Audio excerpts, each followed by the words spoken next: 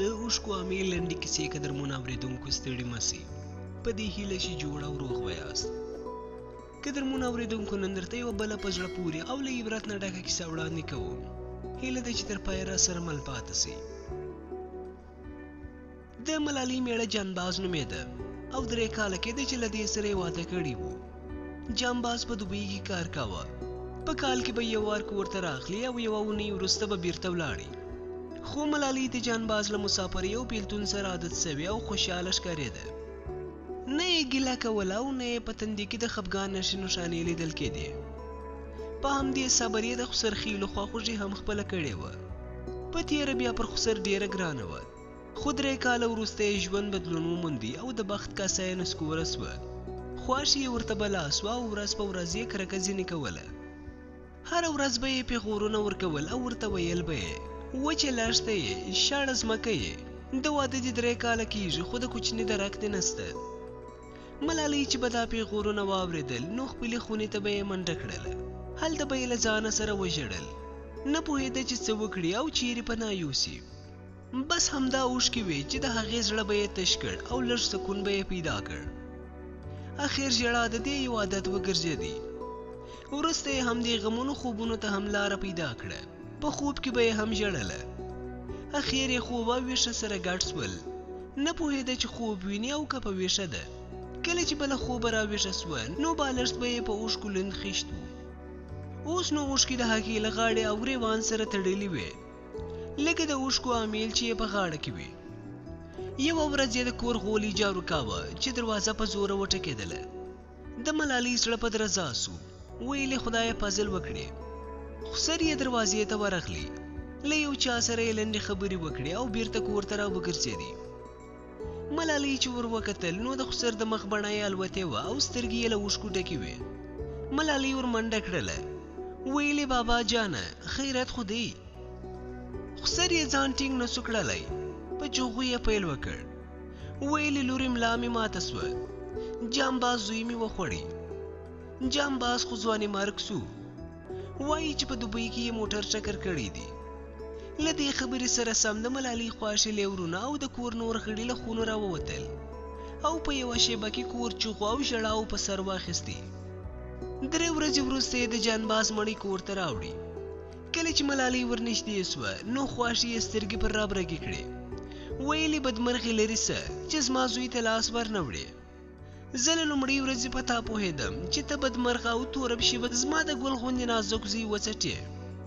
د جنازې او فاتحې په مراسمو کې ملالۍ چا ونه لیدله. بس په خپله خونه کې به یې له ځانه سره ژړل. څو میاشتې وروسته یوه ورځ ملالۍ په خپله خونه کې په زوره زوره ژړله. خواښې چې یې ورغله نو ګوري چې ملالۍ د جانباز عکس ته ګوري او ورته ژاړي. خواښې چې یې د جانباز عکس ولیدي نو ملالۍ یې تر کوڅې ونیوله. ویلې تورې پښې زما د ګل غوندې نازک زوی دې وخوړي، اوس بیا ژاړې هم. عکس یې ځینې واخیستې او له خونې ووتله. تر دې وروسته به ملالۍ له خپلې خونې نه وتله. یوازې به هغه وخت ووتله چې خواښې به یې د چوپړ ورته وویل. یوه ورځ د ملالۍ کوچنی لیور جبار کور ته وریجې او غوښې راوړې. خواښې یې ملالۍ ته په لوړ اواز وویل ورسه دا شیان پاخه که چې ماښام ته میلمانه لرو.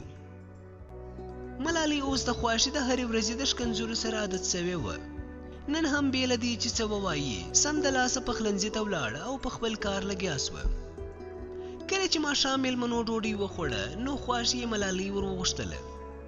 ملالۍ سخته وارخطا وه، نه پوهېده چې څه خبره ده. په کوټه کې څو مشران خلک سره ناست ول چې دې تر اوسه پورې نه ولیدلې. سلام یې ووایه او د خسر څنګ ته کښېناسته.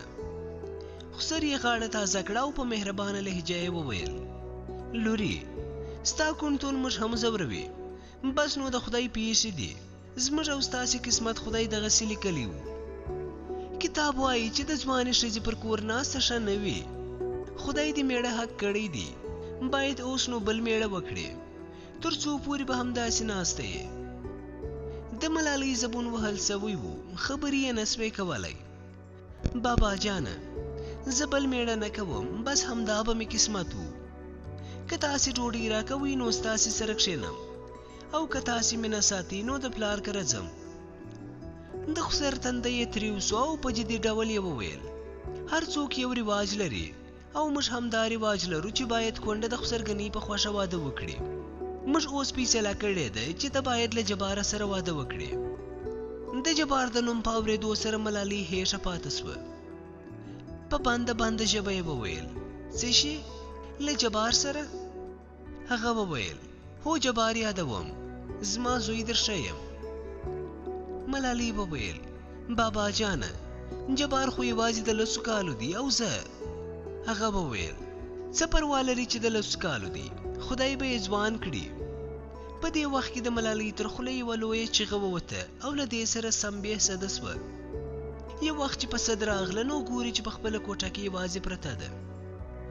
د کور په غولي کې یې د خواشي دا خبره تر غوږو سوه. دا بدمرغه لا تر خدای نه جاریږي چې د جبار سره واده کوي. تورې پښې ته باید پر جبار شکر وکاږې، کنه نو تا توره پیشکه او بدبخته څوک څه کوي. سبا سهار وخت د ملالۍ خسرله د باندې څخه کور ته راغلی. ویلې ایسته سي چې میلمانه راځي.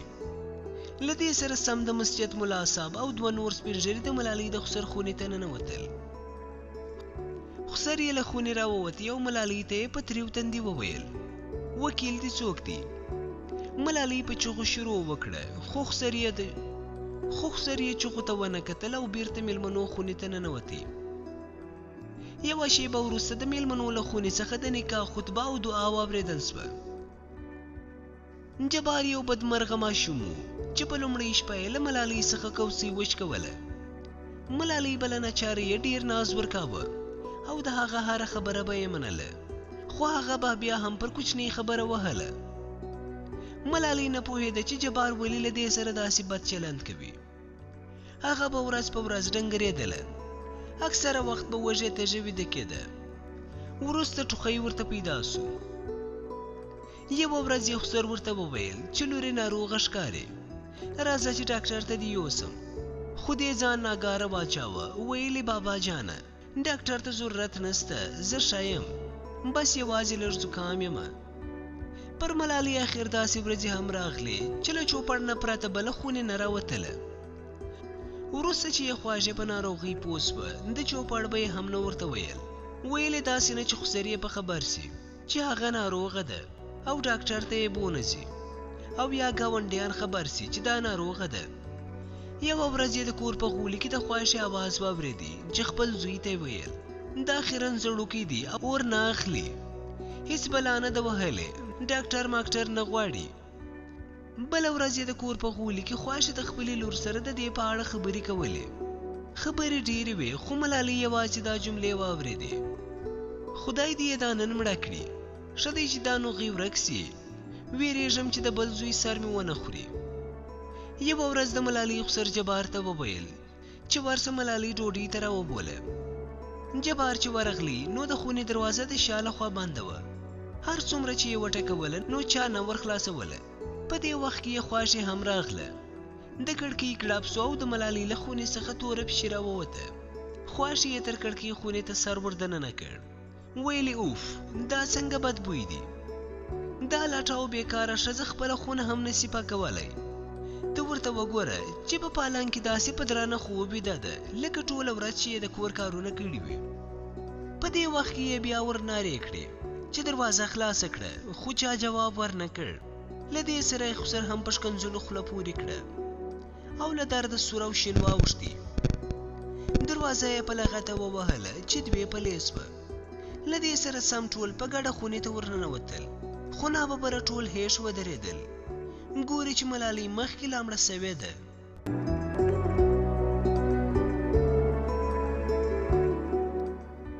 قدرمنو اورېدونکو دا د عبرت نه ډکه کیسه پر همدې ځای پای ته ورسېده. تر بیا د الله په امان.